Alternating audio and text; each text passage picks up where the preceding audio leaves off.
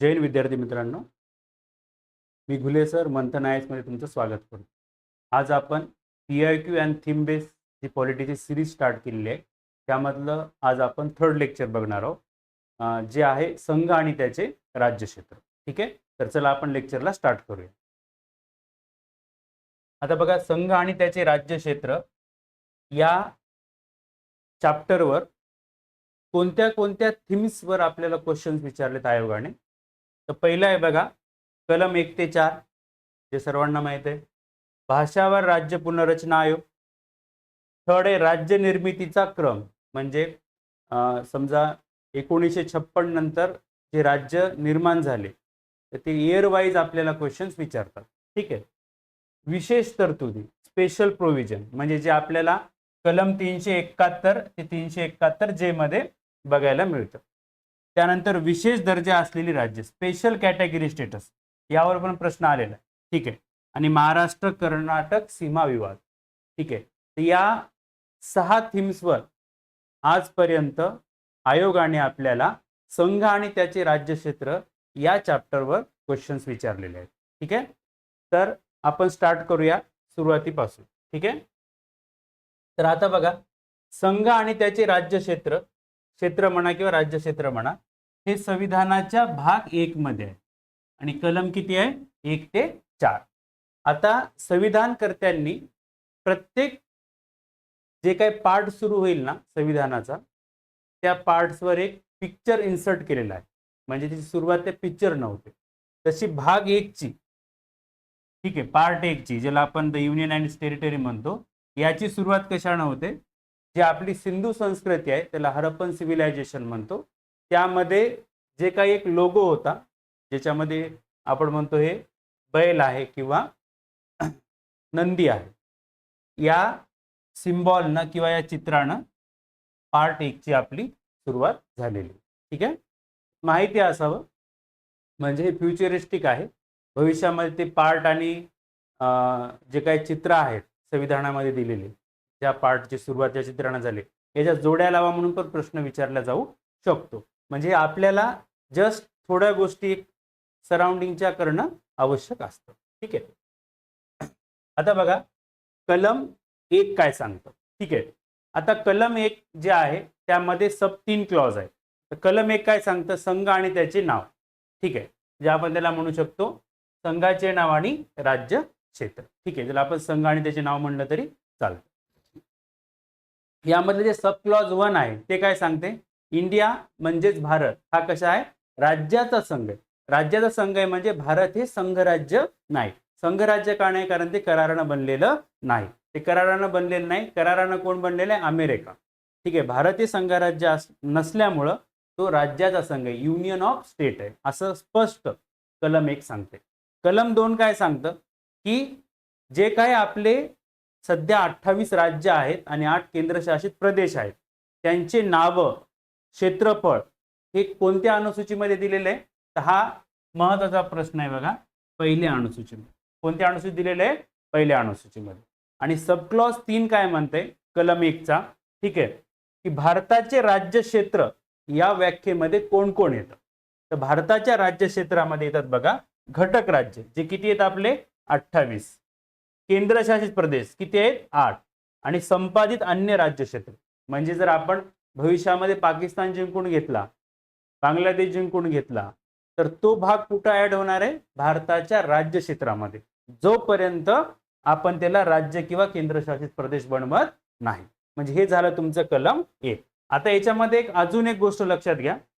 Territory of India, territory of India यामध्ये हे 3 जण येतात. ठीक आहे. पण युनियन ऑफ इंडिया जर आला, युनियन ऑफ इंडिया, ठीक आहे, तर यामध्ये फक्त घटक राज्यच येतात. कोण येते? घटक राज्य.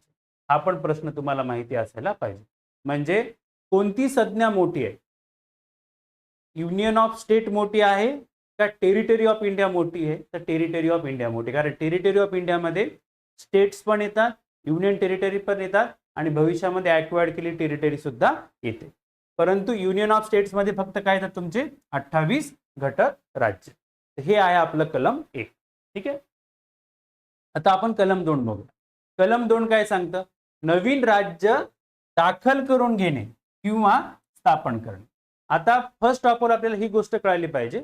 कलम 2 जे आहे ना, ते भारताचा भाग नसलेल्या राज्यांच्या संदर्भात आहे. म्हणजेच काय, की पाकिस्तान, बांगलादेश, श्रीलंका असे जे वेगळे राज्य आहेत ते आपल्याला काय करायचे, भारताच्या संघामध्ये दाखल करून घ्यायचे किंवा स्थापन करून घ्यायचे. म्हणजे सोप्या शब्दात 2 जर तुम्हाला कलम मध्ये कन्फ्युजन होत असेल तर एक लक्षात ठेवायचं, ते भारताच्या एक्झिस्टिंग स्टेटच्या संदर्भात ते नाहीये.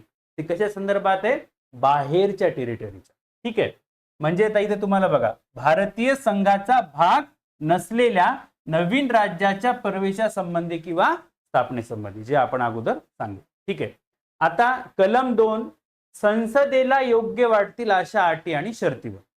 म्हणजे आता जर पाकिस्तानला भारतात यायचंय, बांगलादेशला भारतात यायचंय, ठीक आहे, तर त्याची जे काही क्रायटेरिया आहे, टर्म्स आणि कंडिशन्स आहेत, ते कोण डिसाईड करणार आहे? संसद डिसाईड करणार आहे. संसदेच्या अटी नियम मान्य असतील तर तुम्ही आमचा पार्ट होऊ शकता, अदरवाईज नाही. तर पहिलं काय आहे बघा, नवीन राज्य दाखल किंवा समाविष्ट करून घेणे अस्तित्वात असलेल्या राज्याच्या संदर्भात. अस्तित्व म्हणजे काय, की बाहेरचं राज्य ऑलरेडी रेडी आहे, त्याला डायरेक्ट आपल्या इथं काय करायचं, समाविष्ट करून घ्यायचं. ठीक आहे. दुसरं काय, नवीन राज्याची स्थापना करायची. म्हणजे तो ऑलरेडी अस्तित्वात आहे का? नाही. म्हणजे एक टेरिटरी आहे ओपन, त्याला नाव नाही, काही नाही, किंवा एक मोठा प्रदेश होता, त्याचे तुकडे झाले, ठीक आहे, मग तो आपण काहीतरी समाविष्ट करून घेतला, म्हणजे तो एक्झिस्टिंग स्टेट नाहीये, त्याला बी दाखल करून घेऊ शकतो किंवा एक्झिस्टिंग स्टेटला पण आपण दाखल करून घेऊ शकतो. याचं उदाहरण आहे बघा सिक्कीम. म्हणजे हे जे एक आहे ना एक्झिस्टिंग स्टेटमध्ये, तर सिक्कीम जे आहे ना ऑलरेडी एक राज्य होतं. म्हणजे त्याला आपण काय सांगू शकतो, राजवट होती चोंग्याल डायनेस्टीची. मग तिथे आपण त्याला काय केलं, नंतर ते आपलं पुढं आपण बघणारच होतं त्याबद्दल, तर ते सिक्कीम जशाला तसं आपण काय केलं, भारतामध्ये समाविष्ट केलं. म्हणजे काय, सिक्कीम ऑलरेडी एक्झिस्ट होतं. पण आता समजा एखादा बलुचिस्तान आहे वगैरे, हे जे पार्ट्स आहेत, जे कोणाचा पार्ट आहे, पाकिस्तानचा आहे, वेगळे आहेत का? नाही. पण ते जर भारतात घेऊन आपण त्याला जर नवीन राज्य निर्माण करायचं एक्झिस्टिंगला, तर त्याला आपण सेकंड क्लॉजनं करू शकतो. ठीक आहे. तर याचं तुम्हाला कलम 2चं एकच उदाहरण लक्षात ठेवायचं, सिक्कीम 36वी घटना दुरुस्ती 1975. ठीक आहे. आता कलम 3 हे 1 ते 4 कलम मधलं सर्वात महत्वाचं कलम आहे. तुम्ही याला 5 स्टार करू शकता. ठीक आहे. का गरजेचं आहे? कारण की सर्वात जास्त 1 ते 4 या कलमामध्ये प्रश्न जर कशावर आले असतील, ते कलम 3 वर आलेले. ते कलम 3 सोपं आहे बघा. कलम 2 जसं बाहेरच्या राज्य आपल्या देशामध्ये समाविष्ट करून घेण्यासाठी, तर कलम 3 आहे ना अंतर्गत राज्याचा नकाशा बदलण्यासाठी, असं आपण म्हणायला काही हरकत नाही. म्हणजे काय, तर बघा, नवीन राज्याची निर्मिती किंवा विद्यमान राज्याची सीमा, क्षेत्रे किंवा नावे यात फेरफार करण्याचा अधिकार कोणाला आहे? संसदेला आहे. म्हणजे भारताचा सध्या मॅप आहे, ज्यामध्ये 28 राज्य आणि 8 केंद्रशासित प्रदेश आहेत. उद्या हे 28 चे 30 राज्य पण होऊ शकतात आणि 8 केंद्रशासित प्रदेशचे 10 केंद्रशासित प्रदेश पण होऊ शकतात. म्हणजे सिंपल भाषेमध्ये जर कलम 3 समजून घ्यायचा असेल, तर आपण म्हणजे संसद भारताच्या नकाशाची चिरफाड, तोडफोड करू शकते. म्हणजे काय, एखाद्या राज्य दुसऱ्या राज्याला जोडून तिसरंच राज्य निर्माण करू शकते, किंवा एका राज्याचे 2 तुकडे करून 2 वेगळे राज्य निर्माण करू शकते, किंवा एखाद्या केंद्रशासित प्रदेशाला राज्य बनवू शकते, किंवा राज्याला एखाद्या केंद्रशासित प्रदेश बनवू शकतं. म्हणजे सोप्या शब्दामध्ये काय, तर हे जे तुम्हाला दिसायलंय, वाढवता येतं, घटवता येतं, फेरफार करता येतं, नावामध्ये सुद्धा फेरफार करता येतं, हे सगळं काही कोण करणार आहे? संसद. कोणत्या कलमानं? कलम 5. कळालं पॉइंट्स?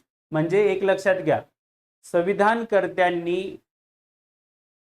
किंवा आपल्या संविधानाने राज्याच्या नकाशाची गॅरंटी घेतलेली नाही. समजते? कलम 3 जे एवढं तुम्हाला दिसायलंय, याला काही सोप्या शब्दात लक्षात ठेवा, राज्यांची किंवा भारताच्या नकाशाची, म्हणजे भारताचा जो मॅप आहे आउटर, तो फिक्स आहे, पण इनर जो आपला मॅप आहे त्याची गॅरंटी संविधानाने घेतलेली नाही. ठीक आहे. आता कलम 5 न काय केलेलं आहे, सॉरी कलम 5 नाही, कलम 3 मध्ये 5व्या घटना दुरुस्ती जी आपली 55 मध्ये झालेली आहे, याने कलम 5 मध्ये 2 अटी टाकलेल्या. ठीक आहे, अटी म्हणा किंवा शर्ती म्हणा. तर पहिली अट आहे, कलम 3च्या संदर्भातलं विधेयक राष्ट्रपतीच्या पूर्व परवानगीशिवाय संसदेमध्ये मांडलं जाऊ शकणार नाही. आणि सेकंड काय, ज्या राज्यामध्ये आपण काय करणार आहोत, असा बदल करणार आहोत, म्हणजे सपोज महाराष्ट्रामध्ये बदल करायचा, तर महाराष्ट्र आपल्याला तसा बदल नाही करायचा, पण एक उदाहरणार्थ समजा महाराष्ट्रापासून विदर्भ वेगळा करायचा आहे, करायचा नाही पण जस्ट, ठीक आहे, फॉर एक्झाम्पल. तर आपल्याला काय करावं लागेल, आपल्याला म्हणजेच संसदेला पहिली गोष्ट ते विधेयक राष्ट्रपतीच्या पूर्वपरवानगीने मांडावं लागेल, आणि दुसरं महाराष्ट्राच्या विधानसभेकडे ते विचारार्थ पाठवावं लागेल की तुमचं मत काय आहे. या दोन कंडिशन कोणत्या घटना दुरुस्तीने टाकल्या आपण, 5व्या घटना दुरुस्तीने. कशामध्ये टाकलेल्या आहेत, तर तुमच्या कलम 3 मध्ये. आता एक लक्षात घ्या, हे जे आहे विचारार्थ पाठवायचं, ठीक आहे, पण एक लक्षात घ्या, महाराष्ट्राच्या विधानसभेला आवडो की न आवडो मॅटर नाही. म्हणजे काय, सर्वस्वी संसदेच्या मनावर आहे. कलम 3 म्हणजेच राज्य एखादं निर्माण करायचं की नाही करायचं, राज्याचा फक्त विचार घ्यायचा आहे, आणि राज्याचा विचार मात्र संसदेवर किंवा राष्ट्रपतीवर बंधनकारक नसतो. हा पॉइंट इथे लक्षात घ्या. ठीक आहे, 6 महिने कालावधी दिलेला आहे, ठीक आहे, मिनिमम. ठीक आहे, आता बघा कलम 3 काय करायले, भारताच्या अंतर्गत राजकीय नकाशात आपल्या मर्जीप्रमाणे काय करायले, फेरबदल करायले. म्हणजे आपला जो असा मॅप आहे इंडियाचा, ते आउटर मॅप फिक्स आहे, पण इनर मॅप जे आहे त्याची गॅरंटी संविधानाने घेतलेली नाही. म्हणजेच काय बघा, घटनेने कोणत्याही राज्यास भूप्रादेशिक अखंडतेची किंवा कायमस्वरूपी अस्तित्वाची, आता आपला महाराष्ट्राचा नकाशा जो असा आहे हे असाच राहील याची गॅरंटी नाही. समजा विदर्भ वेगळा झाला, मराठवाडा वेगळा झाला, कोकण वेगळा झाला, अजून एखादा प्रदेश वेगळा झाला, किंवा आपण दुसरा एक प्रदेश गोवाचेला जोडून दिला, तर नकाशा आपला वाढला. म्हणून संविधानानं कोणत्याच राज्याच्या भूप्रादेशिक अखंडतेची काय घेतलेली नाही, गॅरंटी घेतलेली नाही. त्यामुळे भारताचं वर्णन कसं केलं जातं, भंजक राज्यांचा अभंजक संघ. राज्य भंजक आहेत म्हणजे त्याची तोडफोड होऊ शकते. अभंजक संघ आहे म्हणजे आपला जो भारताचा नकाशा आहे त्याची मात्र तोडफोड होऊ शकत नाही. एखादं राज्य भारतातून तुटून बाहेर पण नाही जाऊ शकत की मला स्वतंत्र राहायचंय, किंवा मला पाकिस्तानमध्ये जायचंय, किंवा मला बांगलादेशमध्ये जायचंय, किंवा मला अमेरिकेत जायचं, असं म्हणू शकत नाही. म्हणजे आपल्या राज्यांना कशाची गॅरंटी नाहीये, प्रादेशिक अखंडतेची. म्हणजे त्याला काय म्हणू शकतो आपण, नकाशाची, सोप्या शब्दात. हे आता जे महाराष्ट्राचा नकाशा आहे याची गॅरंटी मात्र संविधानाने घेतलेली नाही. ठीक आहे, कलम 4 सोपं आहे बघा. ठीक आहे, तर कलम 4चं म्हणणं काय, आपण कलम 2 नुसार काय करायलो, बाहेरचं राज्य भारतामध्ये घ्यायलो. कलम 3 काय करत आहोत, आत म्हणजे भारतामध्ये आपण काय करत आहोत, बदल करत आहोत, म्हणजे सीमा, क्षेत्र आणि नावामध्ये. तर हे करण्यासाठी घटना दुरुस्ती लागते. मग ती जी घटना दुरुस्ती असते ना, ती साधी घटना दुरुस्ती असते, 368 वाली नसते. ठीक आहे, सोप्या शब्दामध्ये. म्हणजे काय, कलम 2 आणि कलम 3 नुसार बदल करण्यासाठीचा कायदा म्हणजेच घटना दुरुस्ती कायदा हा 368 नुसार घटना दुरुस्ती नसेल. म्हणजे आता एक लक्षात घ्या, घटना दुरुस्ती असते ना, बघा खूप विद्यार्थ्यांना याच्यात कन्फ्युजन होतं. सिंपल गोष्ट आहे पण कळत नाही. घटना दुरुस्ती जी असते, ठीक आहे, एक 368 वाली असते आणि एक साध्या बहुमताने. 368 वालेचे 2 प्रकार असतात. ठीक आहे, विशेष बहुमत आणि दुसरं काय, विशेष बहुमत प्लस अर्ध्या घटक राज्यांच्या साध्या बहुमताने. याला म्हणायचं 368. आणि साध्या बहुमतावाली पण घटना दुरुस्तीच असते, पण तिला कलम 368 लागत नाही. म्हणजेच कलम 4 ला कोणतं कलम लागणार नाही, 368 लागणार नाही, परंतु ती सुद्धा घटना दुरुस्तीच असेल. कळाला पॉइंट.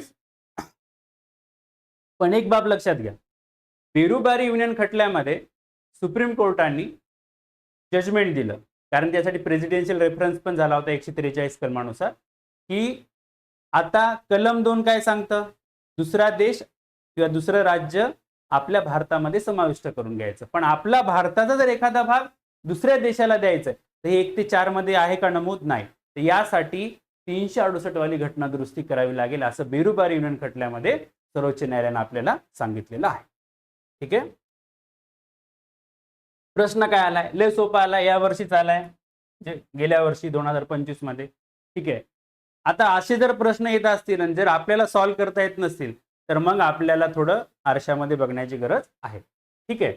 खालीलपैकी कोणते भारताच्या राज्यघटनेतील भाग 1 आणि कलम 1 ते 4 शी संबंधित आहे? संघ आणि त्याच्या राज्यक्षेत्राशी. ठीक आहे, बरोबर आहे. मूलभूत अधिकाराविषयी नाही, याच्यासाठी काय आहे? भाग 3 आहे.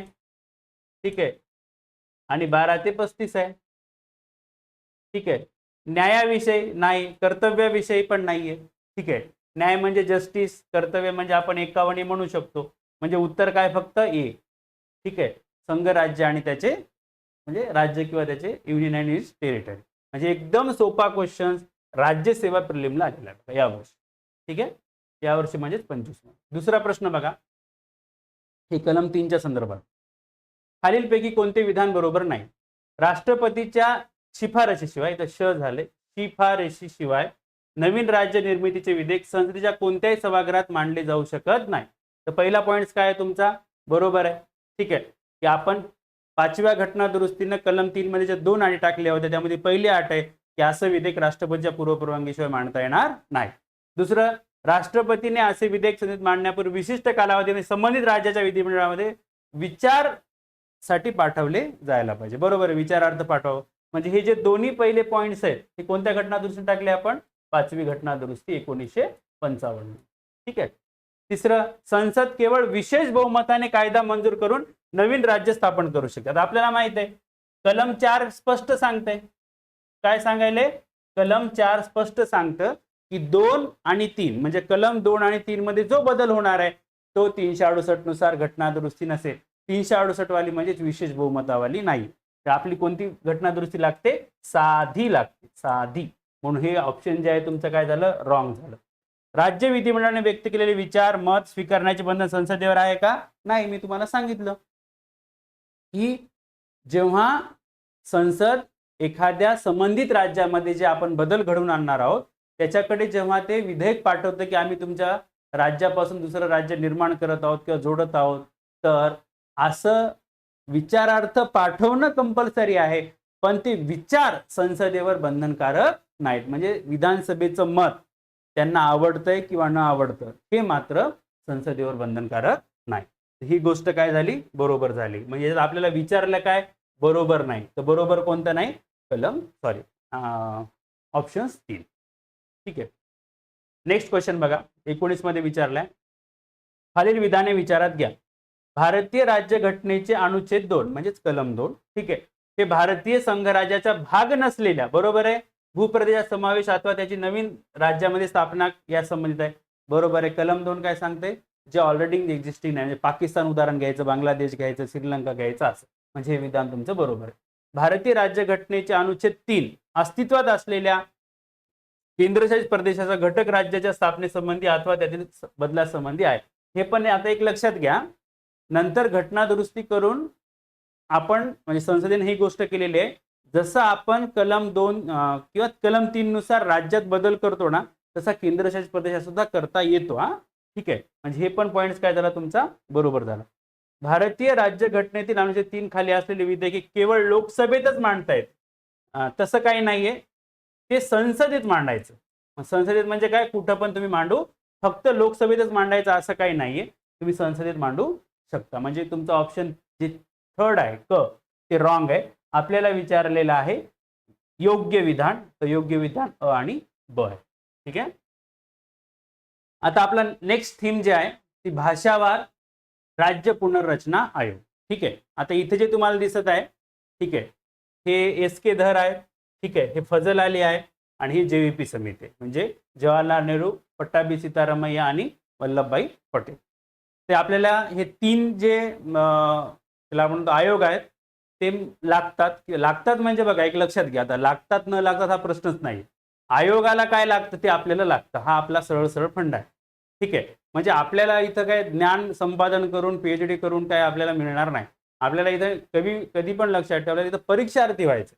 परीक्षार्थी व्हायचं म्हणजे काय, फक्त आणि फक्त मार्क्ससाठी अभ्यास करायचा, ज्ञानासाठी करू नका.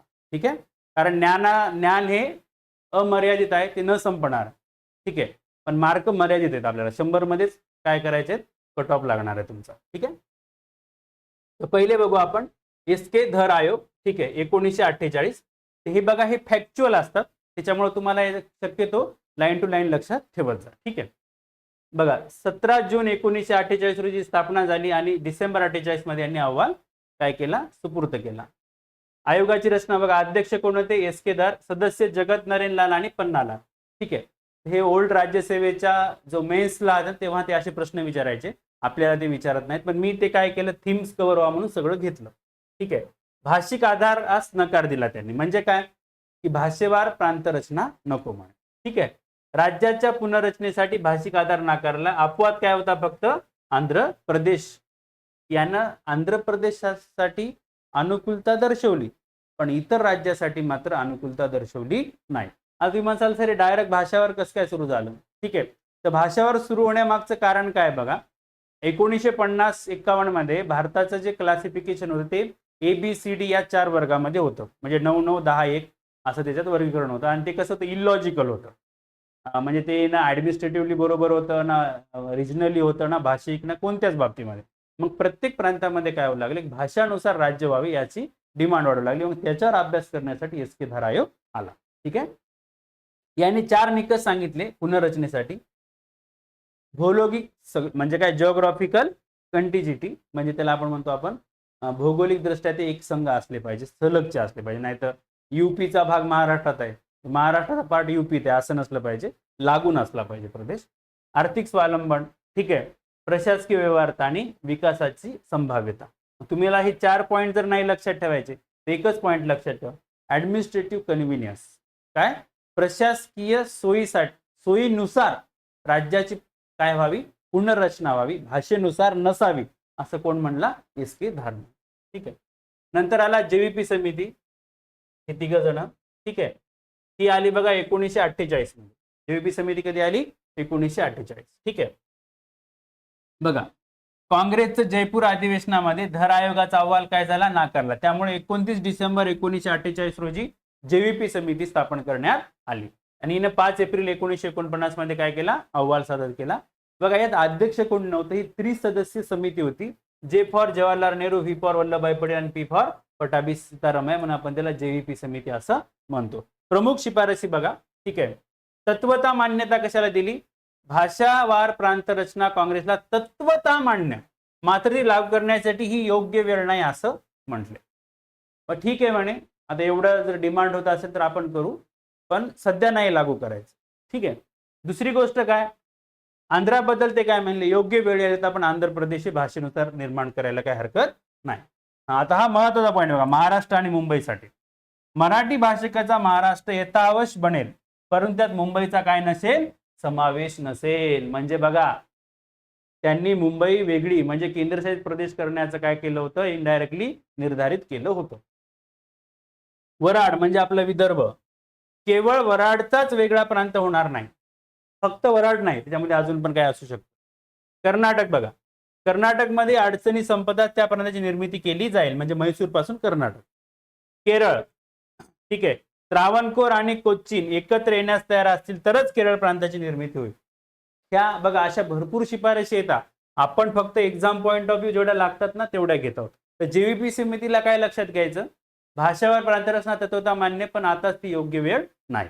पण आंध्र प्रदेशसाठी यांनी पण इनडायरेक्टली अनुकूलता दर्शवली होती. बस हे 2 पॉईंट जर लक्षात ठेवले तरी चालतात. आणि आपलं एक महाराष्ट्राचं मुंबई नसली पाहिजे असं त्यांचं म्हणणं होतं. फजल अली आयोग, याला दुसरं नाव आहे बघा, राज्य पुनर्रचना आयोग. हा पण पॉईंट तुम्ही लक्षात घ्या, दोन्ही पण एकच आहे. आणि इयर लक्षात ठेवा 53. याच्यावर मात्र भरपूर प्रश्न आलेले आहेत. ठीक आहे, बघा 29 डिसेंबर 1953 रोजी स्थापना झाली आणि सप्टेंबर 55 मध्ये त्यांनी अहवाल सादरीकरण केलं. याच्यावर हे विचारला जातो प्रश्न सदस्यांवर आणि अध्यक्षांना. आता अध्यक्ष तर फजल अली आहेत, के.एम. पडणीकर आणि हृदयनाथ कुंजरू हे त्याचे सदस्य. तर या सदस्यावर कंबाईंड मध्ये पण प्रश्न आलेला आहे. ठीक आहे, म्हणजे एक लक्षात घ्या, याचं तुम्हाला कंबाईनला पण फायदा होईल. पण बघा कंबाईनच्या थीम्स अलग आहेत. समजते ना? म्हणजे आपण कंबाईन जर बघितली ना तर कंबाईनच्या थीम्स अलग आहेत. हेच आयोग आहे पण थीम्स अलग आहे. म्हणजे क्वेश्चनचा पॅटर्न त्याचा अलग आहे. म्हणजे मी काय म्हणतो नेहमी, जी तुमची परीक्षा आहे ना त्यानुसार तुमची स्टडी असली पाहिजे. ठीक आहे? बघा आता प्रमुख शिफारसी. ठीक आहे. शॉर्टकटमध्ये तुम्हाला नंतर मी सांगतो पण एकदा वाचून घेऊ. भाषिक पुनर्रचना, राज्याची भाषिक आधारावर पुनर्रचना करण्याची संमती दिली. म्हणजे भाषेवर करा म्हणे पण एक भाषा एक राज्य नको म्हणे. ठीक आहे. म्हणजे काय, फजल अली आयोग हा पहिला आयोग आहे ज्याने स्पष्ट सांगितलं की राज्याची निर्मिती कशावर करा, भाषेवर करा, परंतु एक राज्य एक भाषा नको. म्हणजे काय, महाराष्ट्रात फक्त मराठी बोलणारेच नसले पाहिजे तर दुसरे पण राहू शकतात असले पाहिजे असं त्याचं म्हणणं होतं आणि ती चांगली बाब आहे. ठीक आहे. 16 राज्य आणि 3 केंद्रशासित प्रदेश. म्हणजे बघा आता 1950चं क्लासिफिकेशन कसं आहे आपलं, ABCD 4 वर्गामध्ये. ठीक आहे. बघा इथे लिहू का, A B C आणि D हे कधीच आहे, 1950चं. ठीक आहे. याच्यात 9 9 10 1. ठीक आहे. म्हणजे त्याला आपण म्हणतो ब्रिटिश राज्य, गव्हर्नरचे राज्य, राज्याचे राज्य आणि हे अंदमान आणि निकोबार. ठीक आहे, असं तुम्ही पकडू शकता त्याला. ठीक आहे. हे 4 वर्गीकरण फजल अली म्हणला रद्द करा आणि त्याचा काय बनवा, 16 राज्य बनवा आणि 3 केंद्रशासित प्रदेश बनवा. ठीक आहे.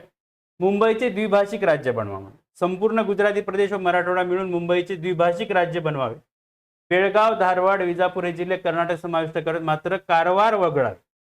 ठीक आहे. म्हणजे बघा यांचं म्हणणं काय होतं, मुंबई राज्य बनवा, यात 2 भाषा असतील, गुजराती आणि मराठी. ठीक आहे. स्वतंत्र विदर्भ, म्हणजे बघा विदर्भाची मागणी तेव्हापासून आहे, किंवा विदर्भाचे एक वेगळे व स्वतंत्र राज्य निर्माण करण्यात यावे. ठीक आहे. सीमा निश्चितीचा आधार काय असला पाहिजे, घटक राज्य सीमा निर्धारित करण्यात जिल्हा हाच मुख्य घटक मानला पाहिजे. जिल्ह्यानुसारच सीमा काय झाल्या पाहिजे तुमच्या, सेग्रिगेट किंवा सेपरेट झाल्या पाहिजे. बघा केंद्रशासित प्रदेश कोणते कोणते, दिल्ली, अंदमान निकोबार, मणिपूर हे केंद्रशासित प्रदेश करण्यात यावे. सोप्या शब्दात तुम्हाला काय लक्षात ठेवायचं माहिती का, 3 बाबी लक्षात ठेवायच्या कशामध्ये, राज्य पुनर्रचना आयोग किंवा फजल आयोग. पहिलं लक्षात ठेवायचं, ABCD हे जे 4 वर्गामध्ये राज्याचं वर्गीकरण होतं 1950ला संविधानामध्ये, ते रद्द करा. त्या जागी 16 राज्य आणि 3 केंद्रशासित प्रदेश बनवा. आणि महत्वाचं, भाषेवर प्रांतरचनाला त्यांनी काय केला, सपोर्ट केला, पण एक भाषा आणि एक राज्य असं नको म्हणले. म्हणजे हे 3च पॉईंट तुम्हाला एक्झाम पॉईंट ऑफ व्ह्यू महत्वाचे आहेत, बाकी काही लक्षात ठेवायची गरज नाही. फजल अली आयोगाच्या शिफारसीवर अंमलबजावणी झाली, त्यासाठी संसदेनं बघा राज्य पुनर्रचना कायदा आणि 7वी घटना दुरुस्ती 1956 पारित केली. आता राज्य पुनर्रचना आयोग आणि राज्य पुनर्रचना कायदा यामध्ये कन्फ्यूज होऊ नका. आयोग, कमिट्या, समित्या ज्या असतात त्या रिकमेंडेशन करण्यासाठी असतात, शिफारसी करण्यासाठी असतात, अभ्यास करण्यासाठी असतात. आणि त्यांच्या ज्या शिफारसी किंवा जे काही त्यांचा स्टडी आहे ते सरकारवर बंधनकारक नसतो. सरकार त्यामध्ये बदल करतो किंवा जशाला तसं स्वीकारतो. आता सरकारनं काय केलं, फजल अली आयोगाच्या शिफारसी लागू करण्यासाठी राज्य पुनर्रचना कायदा, त्यालाच आपण काय म्हणतो 7वी घटना दुरुस्ती केली. ठीक आहे. आता याने काय केलं बघा, जशाल तशा आपण सगळ्या फजल अली आयोगाच्या शिफारसी सरकारने स्वीकारल्या नाही, त्यात काही स्वीकारल्या, काही बदल केला आणि मग लागू केला. बघा ऑगस्ट 1956 मध्ये कायदा संमत झाला. कोणता, 7वी. आणि अंमलबजावणी कधी झाली, 1 नोव्हेंबर 1956 पासून.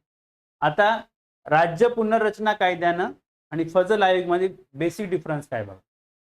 ABCDचं क्लासिफिकेशन रद्द करा असं फजल अली आयोग म्हणला, सरकारनं पण ते केलं. पण फजल अली आयोग म्हणला होता 16 आणि 3, 16 राज्य आणि 3 केंद्रशासित प्रदेश. मात्र इथे बघा किती बनवले, 14 राज्य आणि 6 केंद्रशासित प्रदेश. कळालं. म्हणजे काय झालं, जे 16 आणि 3चं सांगितलं होतं फजल अली आयोगानं, पण सरकारने किती बनवले, 14 राज्य आणि 6 केंद्रशासित प्रदेश. कळाला पॉइंट्स. हे तुम्हाला एक्झामला विचारलं जाऊ शकतं. ठीक आहे. आता बघा फजल अली आयोगानं रिकमेंडेशन दिलं आणि सरकारनं काय दिलं, ओके म्हणलं आणि सरकारनं बनवले. ABCDचं क्लासिफिकेशन रद्द करून किती राज्य बनवले? मग 14 राज्य आणि 6 केंद्रशासित प्रदेश बनवले. आता प्रत्येक प्रत्येक राज्य आपल्याला नवीन राज्याची काय करू लागली? डिमांड किंवा मागणी करू लागली. मग आता आपल्याला बघायचंय 1950 पासून आता 2020, ठीक आहे, 2020 असं की त्यानंतर 19 मध्येच मॅक्झिमम चेंजेस झाले, ठीक आहे, आता सध्या नाही झालेले, ठीक आहे, आता होतील असं चाललंय. म्हणजे काय? बिहार, पश्चिम बंगाल या इथे काहीतरी नवीन युनियन टेरिटरी वगैरे निर्माण होण्याचे चान्सेस आहेत, असं सध्या करंटमध्ये आहे. आपण बघू नंतर, ठीक आहे.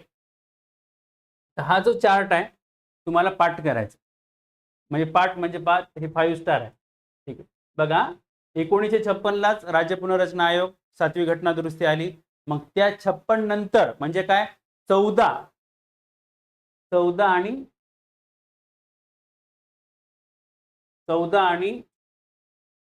6 14 राज्य आणि 6 केंद्रशासित प्रदेशानंतर जे नेक्स्ट तयार झाले ते कशी झाली हे आपल्याला बघायचं, ठीक आहे.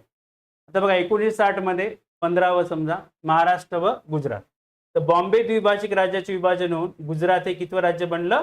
15वं राज्य बनलं, ठीक आहे.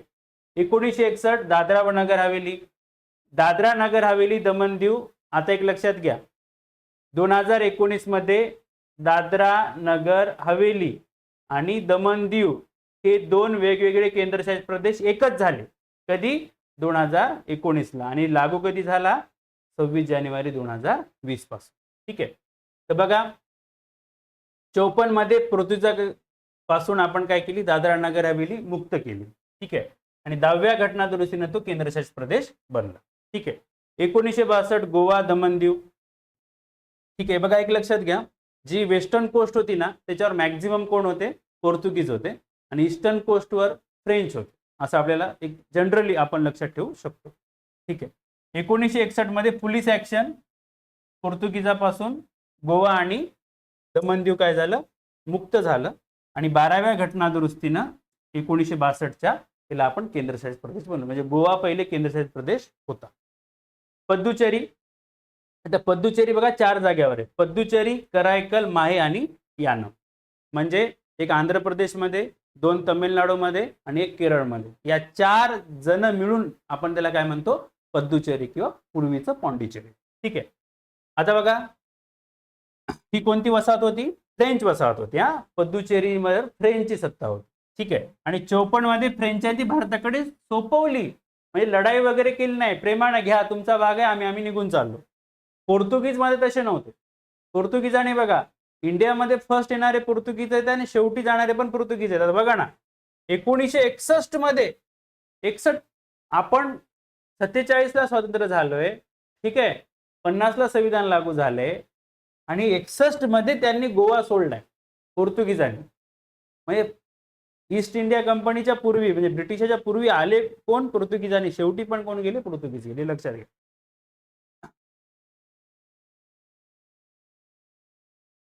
बघा 54 पर्यंत अक्वायर्ड टेरिटरी होतं पद्दुचेरी आणि 24व्या घटना दुरुस्तीने तो काय झाला? केंद्रशासित प्रदेश झाला.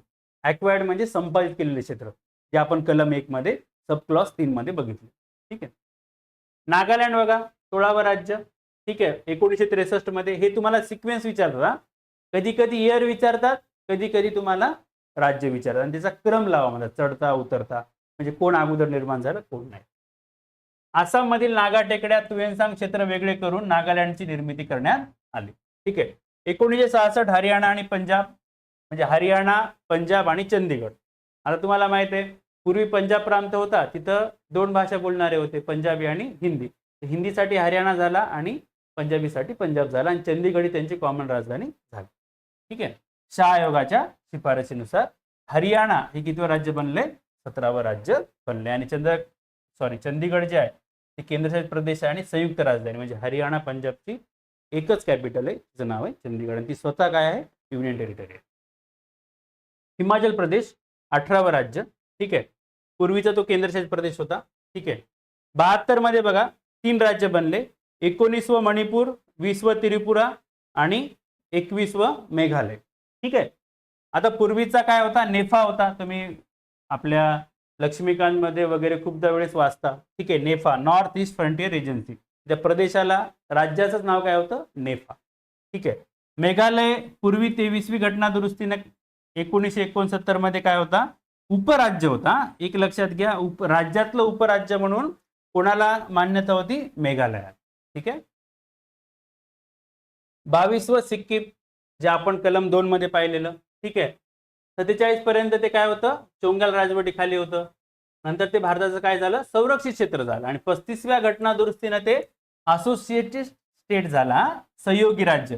त्यासाठी संविधानामध्ये एक नवीन कलम पण टाकण्यात आलं, कलम 2A. पण 36व्या घटना दुरुस्तीनं आपण काय केलं? त्याला राज्य दिल्यामुळं तो कलम आपलं काढून टाकण्यात आला. ठीक आहे. ते फक्त कलम 2च्या संदर्भात याला लक्षात ठेवलं तरी चालतं. कलम 2चं उदाहरण म्हणून. 87 मिझोरम 23व आणि 24व काय आहे तुमचं? अरुणाचल प्रदेश.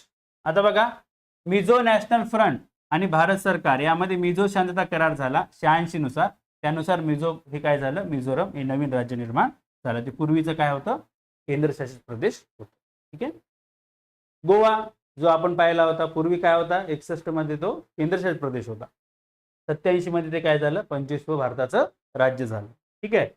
बघा, 61 मध्ये पोर्तुगालकडून आपण जिंकून घेतलं, त्यानंतर केंद्रशासित प्रदेश होता.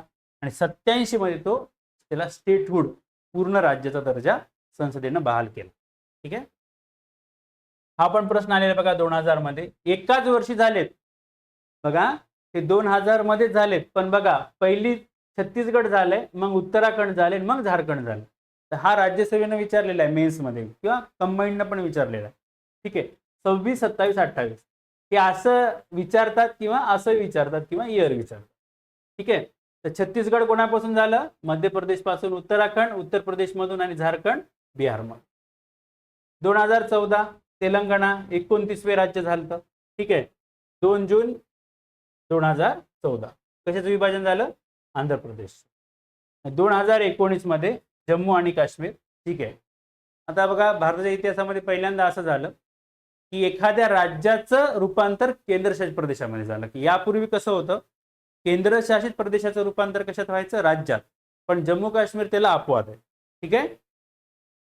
5 ऑगस्ट 2019 रोजी राष्ट्रपतीच्या आदेशानुसार 2 कलम रद्द झाले, 370 आणि 35. आणि जम्मू काश्मीरचं विभाजन होऊन काय झालं?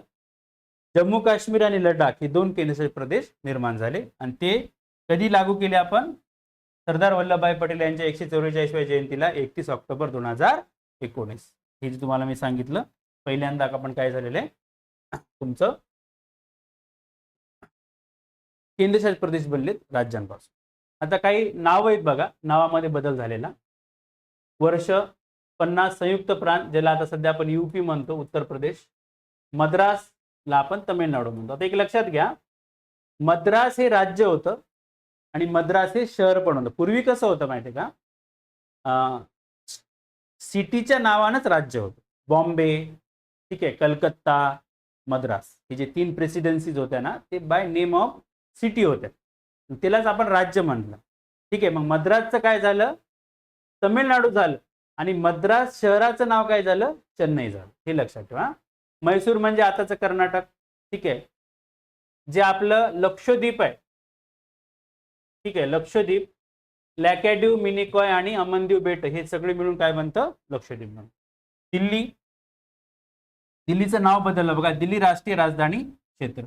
कितवी घटना दुरुस्ती? 69वी घटना दुरुस्ती 1991. उत्तरांचलचं नाव काय झालं? उत्तराखंड. पॉंडिचेरीचं पुद्दुचेरी. ओरिसाचं ओडिशा. ठीक आहे. केरळचं केरळम होणार आहे. केरळचं काय व्हायलंय? केरळम व्हायलंय. कलम 3 नुसार अजून बदल बाकी आहे, पण केंद्राने काय दिले? त्याला मंजुरी दिलेली आहे. कधी? 24 फेब्रुवारी 2026ला. म्हणजे आता केरळचं नाव पण बदल. आणि हे आपल्या परीक्षेला मे बी विचारलं जाऊ शकतं. केरळचं नाव काय होईल? केरळम. तर कोणत्या कलमामध्ये बदल करावा लागेल आपल्याला? कलम 3 मध्ये. ठीक आहे. म्हणजे काय? नवीन राज्याची निर्मिती किंवा विद्यमान राज्याची नावे, सीमा, क्षेत्र यात फेरफार करण्यास संसदेला अधिकार आहे कलम 3 नुसार. म्हणजे केरळचं केरळम जे होईल ते पण कशानं होईल? कलम 3 होईल. ओके. क्वेश्चन बघा आता, भारतीय घटना दुरुस्ती संदर्भात खालील विधानांची सत्यता तपासा आणि योग्य पर्याय निवडा 2024चा. 10वी घटना दुरुस्तीनुसार 10वी घटना दुरुस्तीनुसार दादरा व नगर हवेली प्रदेश भारतात जोडण्यात आले. 11व्या घटना दुरुस्तीनुसार दीव दमण व गोवा हे प्रदेश भारतात जोडण्यात आले. 15व्या घटना दुरुस्तीनुसार केंद्रशासित प्रदेशामध्ये विधिमंडळाची स्थापना करण्यात आली. आणि 22व्या घटना दुरुस्तीनुसार मेघालय या राज्याची निर्मिती करण्यात आली. ठीक आहे. आता हे जे सर्व गोष्टी आहेत, ठीक आहे, एकच मिनिट.